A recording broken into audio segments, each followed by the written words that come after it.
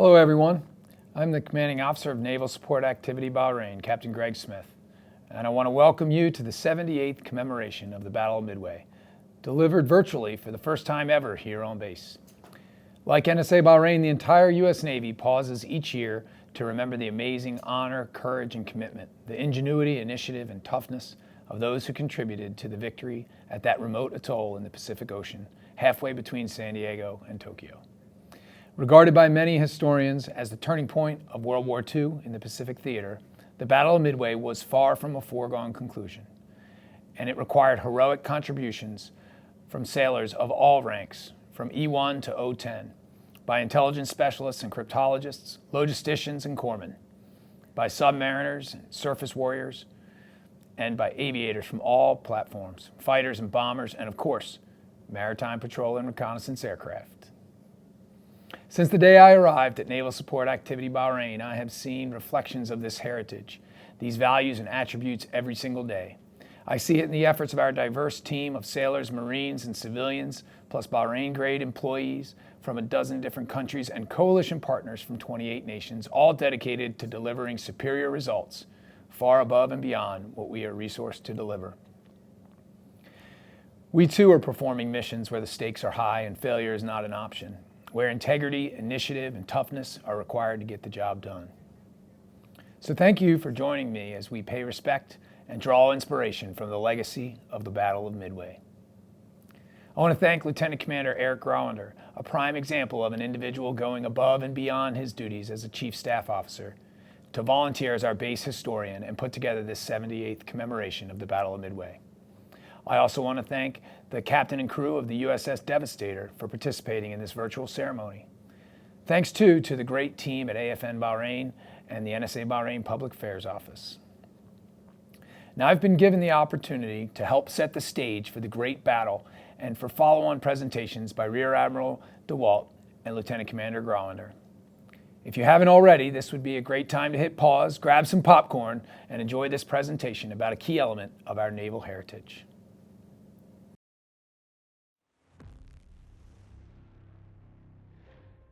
The road to war between Imperial Japan and the United States began in the 1930s when Japanese forces occupied Manchuria, and in 1937 began the campaign to conquer the rest of China for natural resources required to sustain its imperial ambitions. By 1940, when they joined the Axis powers, allying with Nazi Germany and Fascist Italy, the Japanese occupied all of French Indochina. The United States, with important political and economic interests in Far East Asia, was, of course, alarmed by these acts of aggression. In response, we increased aid to China, began strengthening our military power in the Pacific, and stopped the shipment of raw materials, most critically oil, to Japan. Japan lacked natural resources and saw America's response as an unacceptable threat to its economy and security. Meanwhile, the U.S. Navy was engaged in training their Pacific Fleet, then 8 battleships strong, with a few new aircraft carriers and warplanes built to play a supporting role. Conversely, the Japanese developed advanced carrier division tactics, where a large force of aircraft carriers and hundreds of airplanes would work together in overland strikes from the sea. Tactical employment of carrier aviation had never been tried on a mass scale before. By December 7, 1941, the Japanese Empire commenced their expansion across the Pacific Ocean. With a disciplined and technologically advanced military, the Japanese dealt a serious blow to the U.S. Navy's Pacific Fleet with the surprise aerial bombing of Pearl Harbor, destroying or disabling 8 U.S. battleships, the main U.S. battle fleet. Imperial Japan celebrated its tactical victory in Pearl Harbor, but inadvertently, in the words attributed to Japan's own Admiral Yamamoto, awoke a sleeping giant. While the U.S. recovered its battleships at Pearl Harbor, 3 aircraft carriers and their oilers survived out at sea. For better or worse, the viability of U.S. naval aviation and its suitability for war at sea was about to be put to the test. To explain further, I'd like to introduce our guest of honor, NAVCENT's Vice Commander, Rear Admiral Rod Toole DeWalt. Admiral DeWalt is an F-18 pilot who himself served tours aboard the aircraft carriers USS Nimitz and USS Theodore Roosevelt. Admiral DeWalt, thank you so much for being with us here today.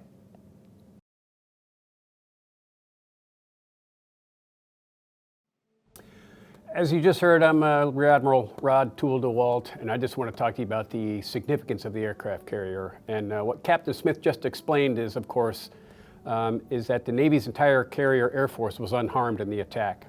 Prior to the attack of Pearl Harbor, U.S. naval strategists never envisioned a purely offensive carrier strike force. From the very beginning of U.S. naval aviation in 1910, visionaries like Glenn Curtis came up against leadership who felt that guns, mines, and torpedoes were the best offensive tools in naval warfare. Battleship-based doctrine had been so ingrained in the Navy's culture that any push to support the Navy's aeronautics program was met with serious backlash. In 1920, a rigged test was even ordered by then Secretary of the Navy Joseph Daniels to falsely claim that a battleship could not be sunk by aerial bombardment. Following Pearl Harbor, Navy leadership had to adapt to the challenge of being without battleships, but with a largely intact carrier force. It wasn't until World War II that the successful use of naval aviation would prove to be a war-winning doctrine. An interesting side story, it's well known that Naval Air Station Pensacola, Florida is considered the cradle of naval aviation and the place where all naval aviators begin their flight training, which was as true during World War II as it is today. However, I never really considered why the term cradle was used in that description until recently, because it implies birthplace, which evidently it isn't. Last year I was invited to the Naval Academy's Aviation Service Selection Reception hosted by the Superintendent, Vice Admiral Carter, in recognition of all the midshipmen who had received orders to begin flight training last summer. Appropriately, it was held in Dahlgren Hall, a place I had been to on numerous memorable occasions, and it wasn't until he spoke that evening that I learned of its connection to naval aviation. On September 6, 1911, a package arrived from none other than Orville Wright at the Naval Academy Armory, comprising of a few bicycle wheels, a gasoline motor, wooden propellers, and fabric-covered struts and braces. A small working party of a few plebe midshipmen, led by Lieutenant John Rogers, immediately assembled the Navy's first airplane, a Wright Model B-1. The next morning, Lieutenant Rogers waved all clear on the Farragut Field, and the first Navy plane promptly went into action. While hangars are being erected and the Navy's first naval air station was being established, NAS Annapolis, Lieutenant Rogers quartered his airplane in the Academy's armory, which is now called Dahlgren Hall. Over the next 2 years, NAS Annapolis was the scene of many naval aviation firsts, such as the first successful compressed air catapult launch test conducted on Santee Dock. A tragic first in the annals of naval aviation was recorded when one biplane suddenly nosed down out of control, throwing the pilot to his untimely death. The first naval aviation accident, and as a result, safety belts were incorporated for use by all pilots. By October 1913, it was apparent that naval aviation was to be rapidly expanded, and it was decided improved facilities would be needed and a location more suitable for year-round aviation training. Thus, NAS Annapolis was deemed the birthplace of naval aviation and passed on the cradling of naval aviation progress to NAS Pensacola, Florida, thus the title Cradle of Naval Aviation. Back to the lead-up of Midway. The day after the attack on Pearl Harbor, President Roosevelt asked for and received a declaration of war against the Empire of Japan. Less than 2 weeks into the war in the Pacific, he appointed Admiral Chester Nimitz as commander of the U.S. Pacific Fleet. In the first few months, Imperial Japan seemed unstoppable, having conquered Guam, Hong Kong, Singapore, much of the Dutch Indies, and laid siege to General Douglas MacArthur's army in the Philippines. Admiral Nimitz was directed to strike back against the Japanese. Not having the fleet of battleships he was accustomed to fighting with, he did have 4 aircraft carriers: Enterprise, Yorktown, Lexington, and Hornet. Rather than risk attacking deep inside the vast Japanese island perimeter, Admiral Nimitz initially only authorized carrier airstrikes against remote Japanese military outposts in the Marshall and Gilbert Islands. While the raids inflicted minimal material damage, they increased morale on the U.S. home front, taught fleet staff officers how to plan air operations, and provided precious tactical training for U.S. aviators. The Marshall and Gilbert Island raids also provided hands-on experience to several up-and-coming naval aviators such as Lieutenant Commanders Wade McCluskey, Lance Massey, Eugene Lindsay, and Jimmy Thatch, as well as admirals like Raymond Spruance and Frank Fletcher. After the success of the Marshall and Gilbert Island raids, Admiral Nimitz proceeded with the most daring raid of them all, a carrier-based strike on Tokyo and the Japanese home islands. On April 18, 1942, 16 U.S. Army Air Corps B-25 Mitchell bombers under the command of Lieutenant Colonel Jimmy Doolittle were boldly launched from the USS Hornet to surprise Tokyo and the Japanese government on their homeland. The U.S. bombers hit several military targets on Japan's main island and even buzzed the Emperor's Imperial Palace.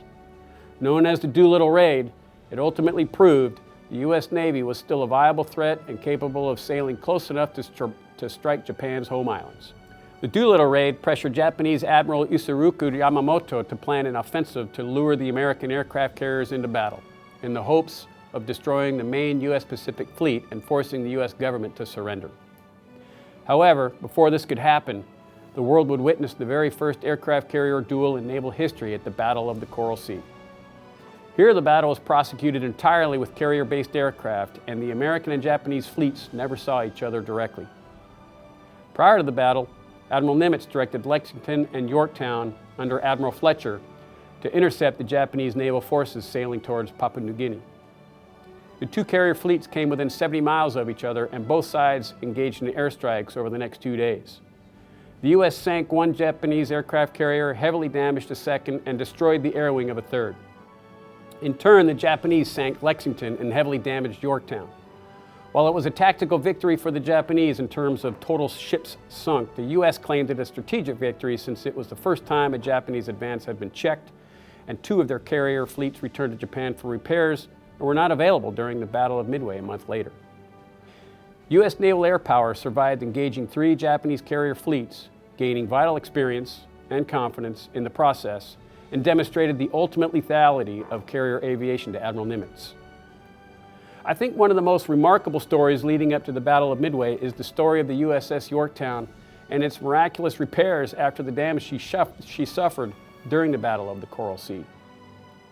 Incredibly, Yorktown was able to barely dodge 8 torpedoes and all but one bomb from attacking Japanese VAL dive bombers throughout the battle. However, the one 551-pound armor-piercing bomb it couldn't dodge plunged through the flight deck 15 feet inboard of her island and penetrated 50 feet into the ship before exploding above the engine room, rendering Yorktown's superheater boilers inoperable. 6 compartments were destroyed, as were the lighting systems on 3 decks and across 24 frames. The gears controlling the number 2 elevator were damaged. She had lost her radar and her refrigeration system. Near misses by 8 torpedo bombs had opened seams in her hull from frames 100 to 130 and ruptured the fuel oil compartments. The Battle of Coral Sea had barely concluded when Yorktown was ordered to return to Pearl Harbor as fast as the crippled carrier's condition would allow. Despite hull damage that caused her to trail an oil slick 10 miles long, the carrier was able to reach a sustained speed of 20 knots. The voyage to the naval base would take 18 days. During that time, the Yorktown's damage control teams succeeded in patching so cleanly the bomb hole in her flight deck that it would appear never to have been damaged. Meanwhile, her skipper, Captain Elliot Buckmaster, prepared an action report for Fleet Admiral Chester Nimitz that included a detailed list of the carrier's damage, which was flown to Pearl Harbor when the carrier was about 100 miles away. Rear Admiral Aubrey Fitch, aboard the damaged carrier, estimated that repairing the Yorktown would take at least 3 months. Nimitz, knowing there was little time for repairs because intelligence had decoded Japanese messages and estimated a major operation was aimed at the northwestern tip of the Hawaiian chain, gave them 3 days. Immediately after limping into dry dock, Nimitz cut orders, avoiding the safety rule of spending a day purging stored aviation fuel from her tanks, and the caissons were closed so pumps could begin draining water out of the dry dock. With at least a foot of water still remaining, men and waiters gathered to inspect the hull, and within minutes, the first of 1,400 repairmen, who would work around the clock, swarmed in to begin repairing the ship's hull. 48 hours later, dry dock number 1 was flooded and Yorktown was towed into the harbor, with workmen still busy aboard. After 2 more days of frantic work and considered more patched than repaired, but fit enough to fight, Yorktown sailed on 30 May for the next confrontation with the Japanese at Midway Island. Thank you, Admiral DeWalt. It's an honor to have you as part of the program, sir, and we all appreciate you taking time to share the details of those inspiring events, especially the history of naval aviation and those events leading up to the Battle of Midway. Now, to discuss the importance of the Battle of Midway and put it in context for us, I'd like to introduce our guest speaker, Lieutenant Commander Eric Grauender, our base historian and Chief Staff Officer of Task Force Shore Battlespace. Thank you for joining me today. My name is Lieutenant Commander Eric Grauender, Chief Staff Officer of Task Force Shore Battlespace. Today, I'll be presenting to you on the Battle of Midway. I ask you to put yourself in the shoes of an average American of that era.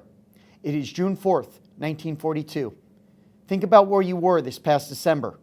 For the last 6 months, Americans are reading in the newspaper of Wake Island, Guam, and the Philippines, all falling to an invader. For the first time since the U.S. Civil War, approximately 80 years earlier, U.S. military units, installations, and territory are falling to an enemy in conventional military warfare.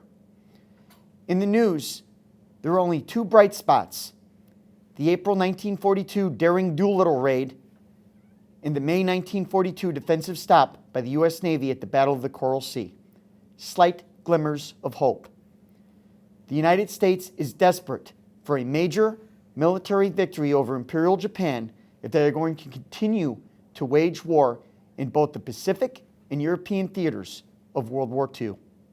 Come follow me as I discuss the turning point of World War II's Pacific theater, the Battle of Midway. The Battle of Midway took place from 3 to 6 June 1942, with the main events taking place on 4 June. Before we get started, I have a bachelor's degree in history from University of Illinois with a focus in military history. I have a master's degree in national security studies from the U.S. Naval War College. In the past, I've completed a number of formal historical analysis, mostly in 20th century warfare. And with that said, let's get moving. The Pearl Harbor attack on 7 December 1941 induced formal U.S. military involvement in World War II. The April 1942 Doolittle raid on Tokyo by U.S. Army B-25 bombers launched from the U.S. Navy's aircraft carrier USS Hornet caused great embarrassment to the Japanese government, as the Japanese people had been promised they would never be touched by war, and it put Japanese Emperor Hirohito's life in danger. As such, Admiral Isoroku Yamamoto was pressured to eliminate the U.S. Pacific Fleet as a threat. Thus, he commenced planning to create a set-piece battle in the vicinity of Midway Island. Before that could take place, the U.S. Navy won its first strategic victory at the Battle of the Coral Sea in May 1942, where the first carrier duel in naval history took place, meaning the two side ships never saw each other. Rather, all the attacking was done by airplanes. In the meantime, U.S. Navy Intelligence Commander Joe Rochefort attained evidence of a new Japanese offensive relating to a target known as AF. Taking an educated guess based on previous intercepts, he requested Midway Island transmit a message into the open, claiming Midway was short of fresh water. Within a few hours of transmission, Commander Rochefort's team broke a Japanese signal that said AF was short of fresh water. That's it. AF was Midway Island. The U.S. now had sufficient advanced warning to prepare Midway's defense. Before I get into details on the Battle of Midway, I would like to review the three listed tactical considerations. After the Pearl Harbor attack, there were still two British battleships stationed in Singapore, Prince of Wales and Repulse. England's Prime Minister Winston Churchill overtly ordered the battleships to the Far East to deter the Japanese in late 1941. In reply, Admiral Yamamoto covertly sent the Genzen Air Group to Indochina with Betty torpedo bombers and ordered them to train in attacking capital ships at sea. After the Pearl Harbor attack, the British battleships set sail looking for Japanese convoys. For 2 days, the Japanese tracked them via submarine and airplane. Finally, on 10 December 1941, the Genzen Air Group attacked with torpedoes and bombs. The British did not request fighter planes, and so the Japanese Betty bombers flew in unopposed, sinking both battleships and becoming the first air group to sink capital ships in the open ocean. This had never been done before. The big lesson was, if you're going to send in ships, you need to send in fighter escorts. The Japanese made the same mistake the next day, 11 December 1941, during an amphibious assault on Wake Island without air support. At Wake, 520 U.S. Marines and sailors under the command of Major James Devereux lured the attacking fleet within 2 miles of the island, before opening fire with well-camouflaged 5-inch coastal artillery batteries. Immediately, a Japanese destroyer was hit and sunk with all hands, while most of the remaining ships were damaged. As the Japanese started to sail away from Wake, Major Devereux turned to Captain Henry Elrod's Wildcat fighter planes to step up the fight. The Wildcats dropped bombs on the Japanese ships, sinking another destroyer, successfully repelling the Japanese attack and sinking the first 2 Japanese warships in World War II. While it was arguably the only time during the war an amphibious assault was repulsed, the big lesson is, before you attack an island, you need to have air and sea superiority. Moving along, in February 1942, Admiral Wilson Brown was ordered to conduct a strike on the Japanese air base on Bougainville Island near Papua New Guinea using USS Lexington's air group. While sailing towards Bougainville, a Japanese scout plane discovered Lexington. Admiral Brown immediately ordered his Wildcat fighter planes into the air. The Wildcat fighter was just an average fighter but still capable. Like the Whales and Repulse, the Japanese sent 19 Betty bombers after Lexington, but the Betty bombers from the 4th Air Group attacked without fighter escort. U.S. Wildcats, led by Lieutenant Commander Jimmy Thatch and Lieutenant Ed O'Hare, shot down 17 of the 19 bombers, with O'Hare being awarded the Congressional Medal of Honor for single-handedly shooting down 3 of the bombers himself and damaging 2 more, just enough anti-aircraft fire finished them off. Lexington survived without a single bomb hit. The big lesson is, if you send in bomber planes, you need to have fighter escorts or the bombers will be shot down. And this will come back to taunt the Japanese later at the Battle of Midway. So what are the Midway Islands? They are a set of deserted islands known as Sand and Eastern Island, 1,300 miles west of Oahu, that have been occupied by the U.S. since 1867. There are no native inhabitants or any natural resources there. Midway supported U.S. submarine operations by enabling submarines to top off on fuel after leaving Hawaii en route for patrols in the West Pacific. The main airfield is on Sand Island. Admiral Yamamoto thought he could lure the main U.S. Pacific Fleet into a set-piece conventional battle there, eliminating the remaining U.S. aircraft carriers to force America to end their Pacific involvement in World War II at the peace table. This thought process was not unreasonable. In 1905, Japan defeated Russia in the Russo-Japanese War. Japan did not have to march all the way to Moscow to force Tsarist Russia to surrender. Rather, they just occupied pieces of Russian Manchuria and sank 2 Russian fleets. They thought they could do the same with the U.S. and attain a negotiated peace. Also, the Japanese felt Hawaii was too far from Midway to directly support its defenses with airplanes. All the more reason Yamamoto felt the U.S. would commit their aircraft carriers to the battle. For leadership, the Japanese were led by Admiral Isoroku Yamamoto, embarked aboard the battleship Yamato. Yamamoto was very much the Colin Powell of his day. Educated at Harvard University, he spent 2 tours of duty in Washington, D.C. as Japan's naval attaché. Familiar with American industries, he spent many hours arguing against war with his peers. However, his loyalty was Japan's head of state, the Emperor. Once the Emperor decided to go to war against America, he had to follow. Admiral Yamamoto was the architect of the Pearl Harbor attack, a Russo-Japanese war veteran, and had been at the Battle of Tsushima Strait, where he watched the Japanese sink the Russian Baltic Fleet in a one-day battle, which ultimately forced Tsarist Russia to the peace table. Admiral Yamamoto warned if the Pearl Harbor attack was a success, he could roam free for 6 months in the Pacific, but after that, he was not so sure. Opposing Admiral Yamamoto for the U.S. was Rear Admiral Raymond Spruance. From Indianapolis, he replaced Vice Admiral Bull Halsey aboard USS Enterprise, who missed the battle due to illness. Spruance was the cruiser-destroyer commander under Halsey, who escorted Halsey's aircraft carriers on Pacific Island raids earlier in the war. So a modern-day Desron Commodore, if you will, that stepped up to be today's Carrier Strike Group commander. Spruance was a World War I veteran, but was on shore duty in London and saw no direct combat then. As for secondary leaders, the Japanese had Vice Admiral Chiichi Nagumo, who was in charge of the Japanese aircraft carriers. He was responsible for executing the Pearl Harbor attack and had much success chasing the British Navy in the Indian Ocean, as well as launching air raids on Australia. Nagumo was appointed as a nature of seniority, not talent.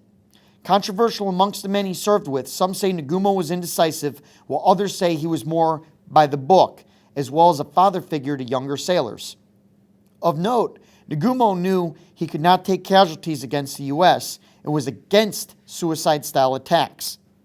For the U.S. was Rear Admiral Frank Fletcher aboard USS Yorktown, who was actually senior to Spruance, but would cede overall command to him after Yorktown became disabled.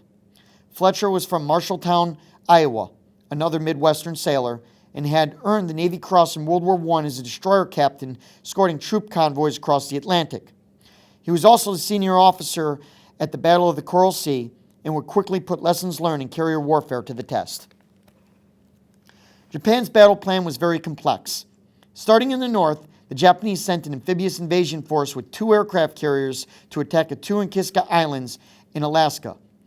Initially, the Americans thought this must be a feint since it didn't make sense.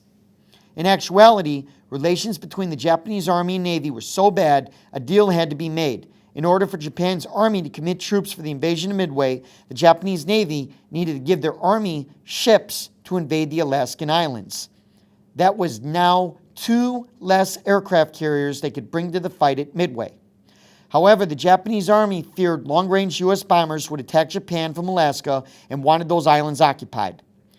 In the center was a Japanese striking force with their 4 aircraft carriers, followed by a group of battleships. Towards the south were troop transports and a minesweeper group. Finally, if you look towards the right of the diagram by the French frigate Shoals, there was supposed to be a line of Japanese submarines to act as lookouts for when the U.S. fleet set sail from Hawaii. The goal was to lure out the U.S. fleet and engage them in a set-piece battle after Japan attacked Midway Island, first with airplanes and then finally with the big guns of their battleships. The American plan was simpler. Fortify Midway with U.S. Marines, airplanes, coastal artillery, and anti-aircraft guns. Find the Japanese fleet using PBY scout planes from Midway and position the main U.S. fleet northeast of Midway Island. The northeast was a strategic position, as if the Japanese tried to sail towards Hawaii or the U.S. West Coast, the American ships were in a position to cut them off. After the Japanese fleet was discovered, the goal would be to attack the Japanese aircraft carriers with airplanes, then proceed to drive off the invasion as able. Japan's fleet was very strong, centered around the Kido Butai, 4 aircraft carriers, all veterans of the Pearl Harbor attack, Haryu, Soryu, Kaga, and Akagi, with 248 aircraft. They would be followed by 7 battleships. Please note, the rest of the escort ships bring a lot of anti-aircraft fire to the fight. The U.S. Navy bought 3 aircraft carriers with 233 carrier planes, of which only Yorktown had conventional combat experience from the Battle of the Coral Sea. Enterprise had radar experience, while Hornet had only participated in the Doolittle raid. Note, the Pacific Fleet did not have many escort ships. In a situation like this, it's easier to put up airplanes in a hurry. Midway Island can count as an unsinkable aircraft carrier with over 100 planes. There are 8 patrol boats augmented anti-aircraft guns on the island too. Primarily a naval battle, the U.S. Army had a presence at Midway with 17 B-17 Flying Fortresses and 4 B-26 Marauder bombers. Now I'm going to discuss some of the naval aircraft used. Scouting is key to battlefield preparation. The Japanese Navy committed the Jake seaplane for scouting duties. They had 16 but only used 7 of them. Meanwhile, the U.S. Navy used the Catalina flying boat based at Midway Island, employing all 30. While the Jake was faster, it only had a crew of 3, whereas the Catalina had a crew of at least 10 and could fit additional personnel on board. For long-range scouting missions, additional personnel help with crew fatigue. Also, note the Catalina has about twice the range the Jake does. I give the Catalina the edge since they were more numerous and had a way to mitigate crew fatigue. Additionally, while the Japanese committed 13 submarines near Pearl, the U.S. fleet set sail from Hawaii before the Japanese submarines were able to get on station. Thus, Japan lost its chance for an early warning. Their submarines did play a role on the last day of the battle, and I will discuss that later. To put the Jake's problems in perspective, Yamamoto's fleet committed 7 scout planes for 300-mile legs to essentially cover 176,000 square miles of ocean on their own. For a small aircraft with just a 3-man crew, this was insufficient. Mind you, the Battle of Midway was supposed to be the battle to bring the U.S. to the peace table, and here the Japanese did not take scouting seriously enough. On the other hand, the Catalinas patrolled 700-mile legs in a 180-degree search for Midway with the U.S. aircraft carriers to the north and east of them, a more thorough search. In terms of torpedo bombers, the Japanese Kate has the edge. Notice its much longer range and greater bomb load. The Japanese had a more reliable torpedo than the U.S., and the bomb load of the Kate was equivalent to a battleship's 16-inch shell. The TBD Devastator torpedo plane was U.S. Navy's frontline torpedo bomber at the start of World War II. It was in the early process of being phased out, but the Devastator was what they had. While carrying an unreliable Mark 13 torpedo, the plane could barely fly at 100 miles per hour, making them vulnerable in combat. The Japanese Val dive bomber was significantly outmatched by the U.S. Navy's SPD Dauntless. Make special note of the bomb load. The Val with its 500-pound bomb would only be equivalent to a destroyer's 5-inch shell. The SPD could carry a payload about 4 times heavier with much greater lethality. More enemy ships were sunk with this U.S. airframe than any other in World War II. Further, with 250 caliber machine guns in the nose, the SPD could substitute as a fighter plane if it had to. Incredibly, the SPD had a plus kill ratio during World War II, meaning they shot down more enemy fighters than enemy fighters shot them down, which is rare for a bomber.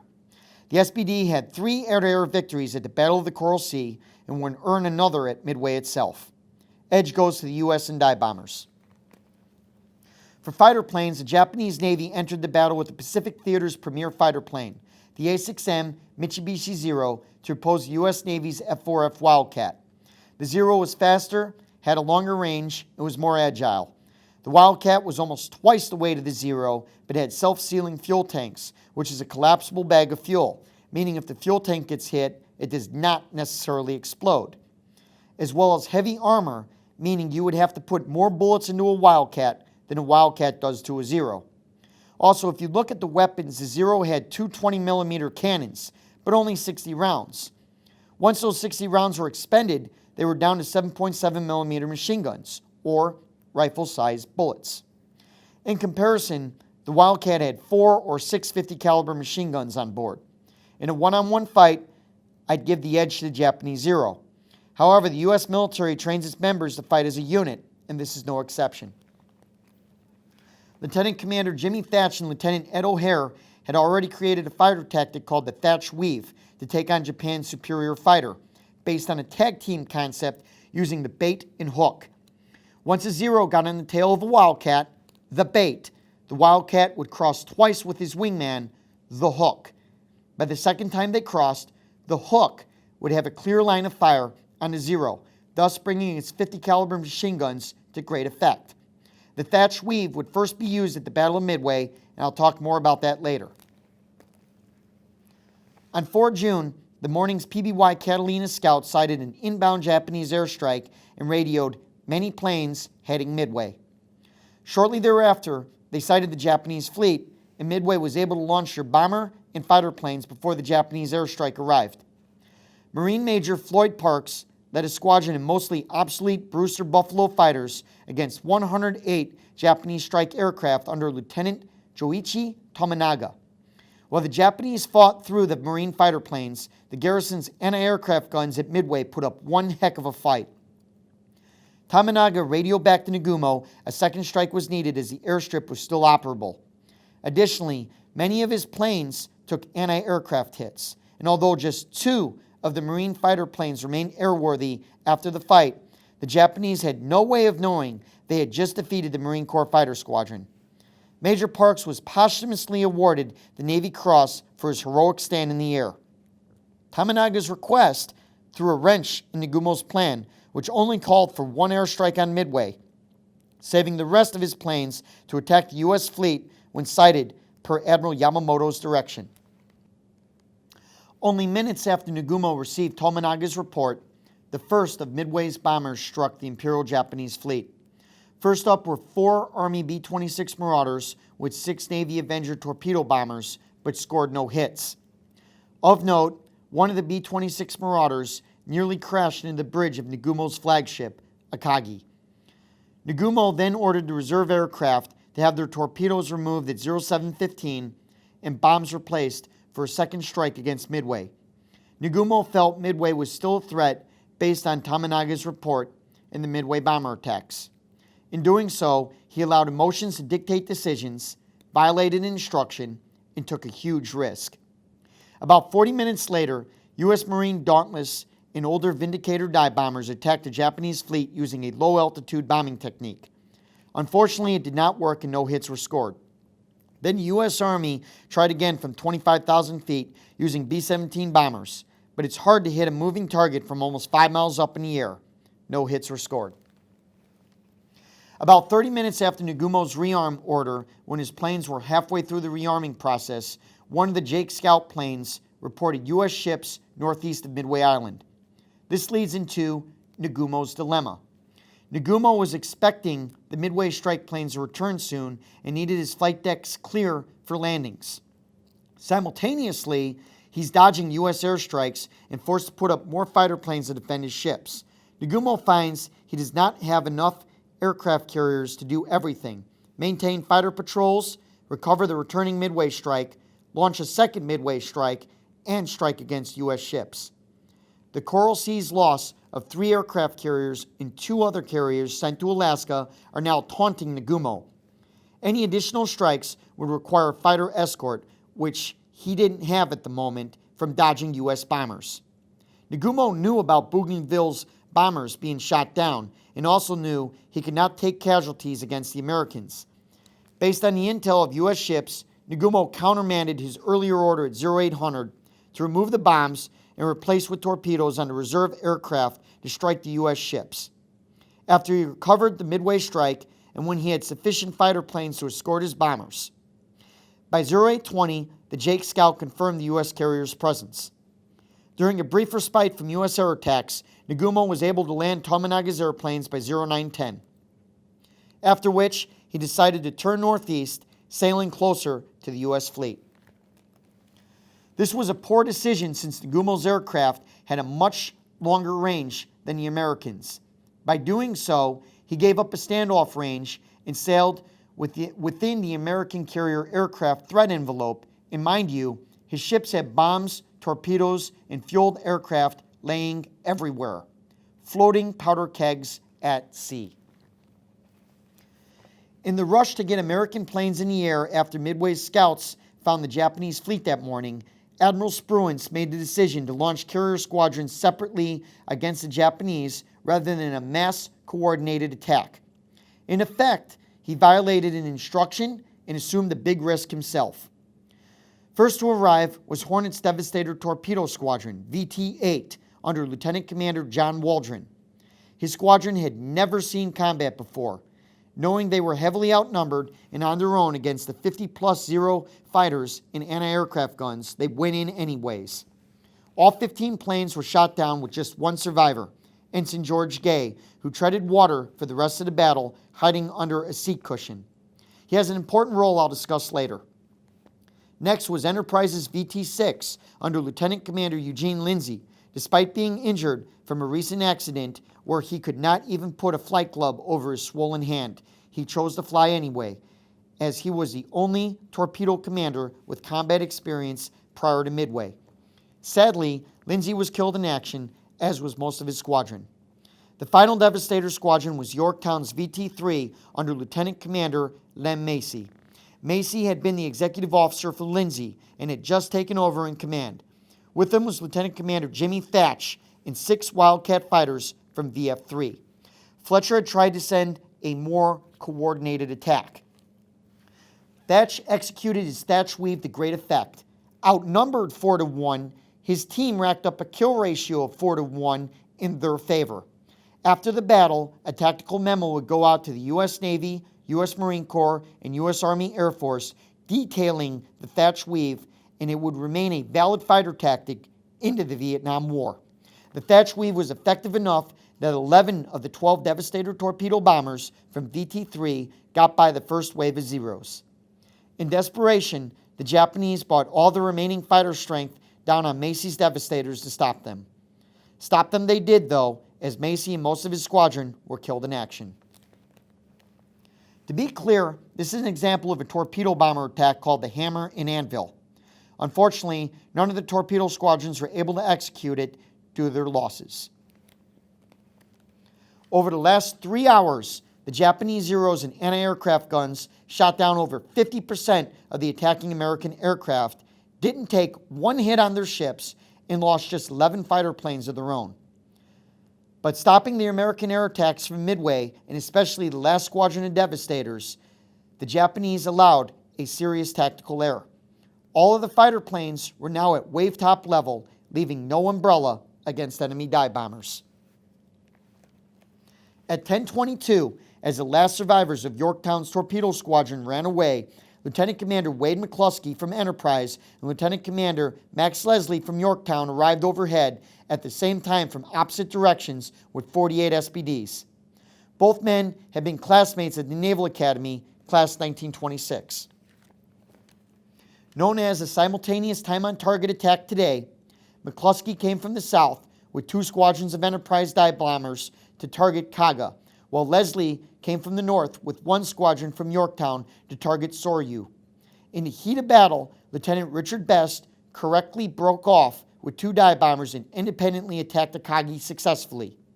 It was actually a freak accident.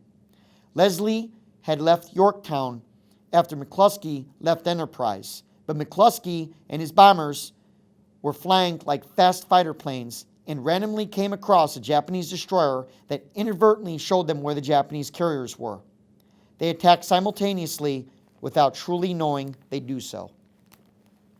Lacking fighter opposition, the American pilots had no problem landing their bombs to ignite the fuel and ordnance stores packed aboard the Japanese ships, ironically using the painted rising sun on the bows of their targets as bullseyes. Just 5 minutes later, 3 Japanese carriers were engulfed in flames. Only Haryu immediately escaped attack. Hidden by cloud cover, and there Admiral Taman Yamaguchi assumed command as Nagumo's Akagi was disabled. Both McCluskey and Leslie were awarded the Navy Cross for their actions. Haryu mounted 2 counterattacks against Yorktown, a dive-bombing strike and a torpedo attack. Yorktown damage was taken in tow, and Admiral Fletcher officially turned over command to Spruance. Haryu was located again by American scouts and sunk by a combined force of dive bombers from Enterprise and Yorktown. At midnight on 5 June, Spruance ordered the U.S. fleet to sail east, away from the Japanese ships. This would prevent any chance of a night engagement between ships, where the Japanese would have the advantage in larger caliber guns. Also on 5 June, Ensign George Gay was recovered by a Catalina from Midway. They flew him back to Pearl Harbor so he could personally brief Admiral Nimitz, as he was the only American to actually see all 4 Japanese aircraft carriers sink. First-hand battle damage assessment from a commissioned naval officer. Gay was awarded the Navy Cross and Purple Heart. When Navy medical doctors asked Gay how he tended his wounds while treading in the ocean, Gay replied, by soaking them in salt water for several hours. On 6 June, the bombers from Midway, as well as dive bombers from Enterprise and Hornet, turned back to attack remnants of the Japanese fleet, sinking 1 heavy cruiser and heavily damaging another. The Japanese fleet withdrew in defeat, failing to attain air and sea superiority. Midway was never attacked again. Unfortunately, while Yorktown was being towed back to Hawaii, a Japanese submarine that was part of the scout picket line attacked and sank Yorktown with one of its escorting destroyers, USS Hammond. These were the only ships the U.S. lost in the battle. The Japanese lost big, since they lost 4 aircraft carriers at Midway, plus another 3 at Coral Sea. The U.S. reduced its adversaries' numbers and could finally take the offensive, initiating the Guadalcanal campaign in August 1942. Most of the U.S. losses could be made up relatively easily. The older American aircraft lost were going to be scrapped in a few months anyways. U.S. lost only 10% of the personnel the Japanese did, whereas Imperial Japan lost 2/3 of its Pearl Harbor veterans, which were very difficult, if not impossible, to replace. Not to mention the industrial capability of the United States. Whereas Japan could only build 3 new aircraft carriers for the rest of the war, the United States built 24, an 8-to-1 ratio. Japan spent the next 3 years unable to make up its losses from this one battle alone. Finally, when Japan attacked the Alaskan Islands, one of its Mitsubishi Zero fighters crash-landed in good condition to be captured by the U.S., where it was studied. The U.S. Navy then designed the F-6F Hellcat to more than match its Japanese foe. So now our tactics would be better, our equipment would be better, our pilots would become better, and it would only be a matter of time before the U.S. marched the war back to Japan. I'll start to conclude this presentation with a quote from Sun Tzu. Know your enemies and know yourself, and you will not be imperiled in 100 battles. At the Battle of Midway, Admiral Yamamoto knew himself, but did not know his enemy. Admiral Spruance knew himself and knew his enemy. He was never imperiled. Comparing Midway to Wake, there is a similarity. At Wake, Japanese ships bombarded an island with shipboard artillery, while Wake shot back with coastal artillery, repelling the assault. At Midway, you have ships putting airplanes up to bombard an island, and an island putting airplanes up to defend itself against ships. Essentially, the weapons change. There were troop transports that turned away at Wake, just like at Midway. So I present to you a case of an additional amphibious assault that was repulsed. No, this naval battle was not fought by aircraft alone. USS Yorktown was sunk by a Japanese submarine, and a U.S. submarine, the USS Nautilus, also launched a failed torpedo attack on a Japanese battleship at one point. If the Japanese actually captured Midway Island, likely they would have never been able to hold the island itself. There were no natural resources, and American heavy bombers stationed in Hawaii would have had no problem disabling the fixed airstrip. Midway would have been cut off by U.S. submarines and easily retaken to no benefit of the Japanese. Insofar as the decisiveness, even if all 3 American aircraft carriers would have been sunk, the U.S. still had USS Saratoga, USS Wasp, USS Ranger, and the new escort carrier USS Long Island that were available either on the West Coast or on the East Coast. No, President Roosevelt would not have gone to the peace table with Imperial Japan. It just would have protracted the war. In the words of Professor John Lynn, University of Illinois, the only decisive battle in the whole Pacific War was at Pearl Harbor. It decisively drew the United States into a war with Japan that Japan could not possibly win.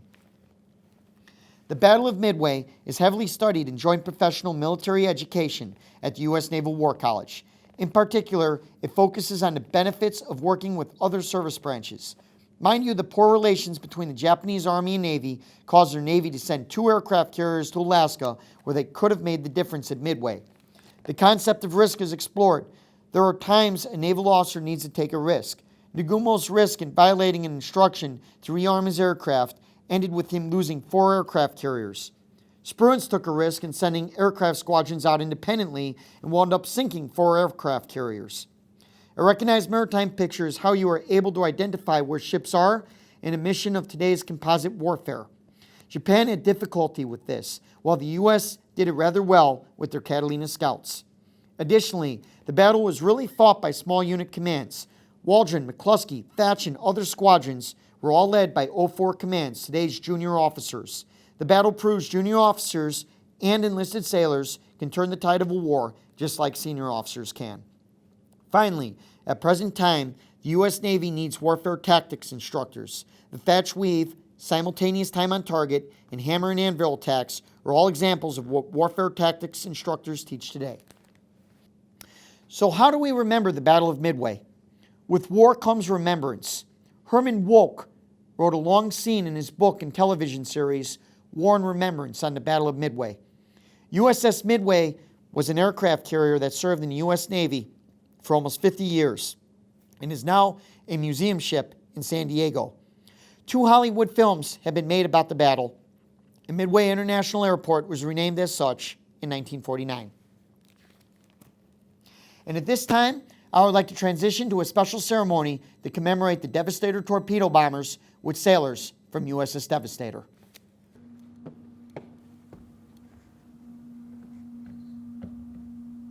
As I said, with war comes remembrance.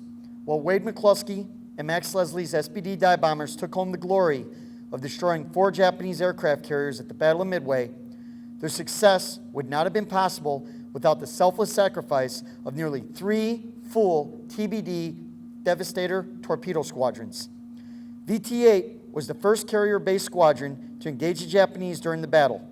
Knowing the importance of this fight, the fact they were heavily outnumbered, without fighter plane escort, and entirely on their own, VT-8's commanding officer, Lieutenant Commander John Waldron, gave a final order to his unit of 15 TBD Devastator torpedo bombers before they flew into battle. With us today, from the minesweeper USS Devastator, are M2 Price and M2 Crisp. M2 Price will recite the final orders John Waldron gave his unit and pay homage to the rest of VT-8's Devastator torpedo squadron with M2 Crisp. M2 Price, the podium is yours.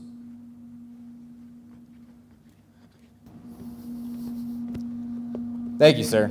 The following are the last orders Lieutenant Commander John Waldron gave VT-8 before leading 15 brave Devastator crews in a battle entirely on their own against the Imperial Japanese Navy. I feel we are all ready. We have had a very short time to train, but we have truly done the best humanly possible.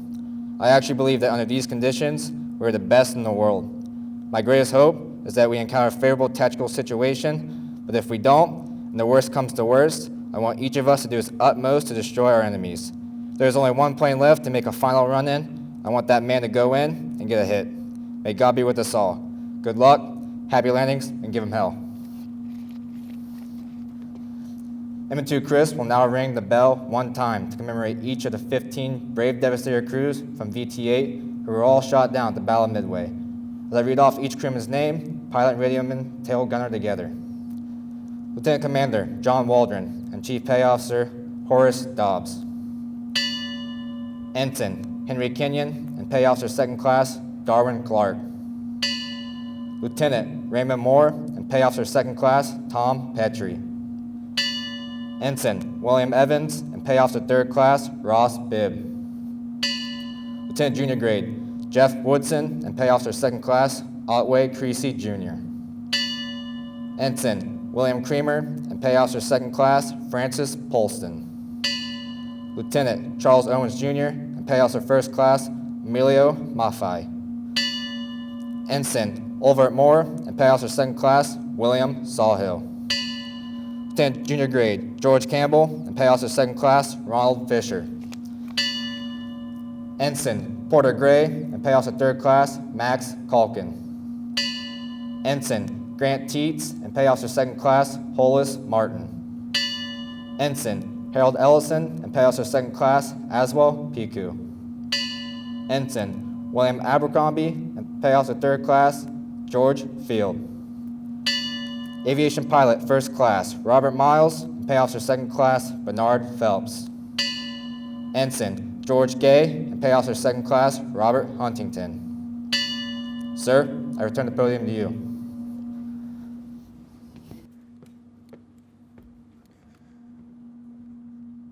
M2 Price, M2 Crisp, thank you. That concludes NSA Bahrain's Battle of Midway ceremony.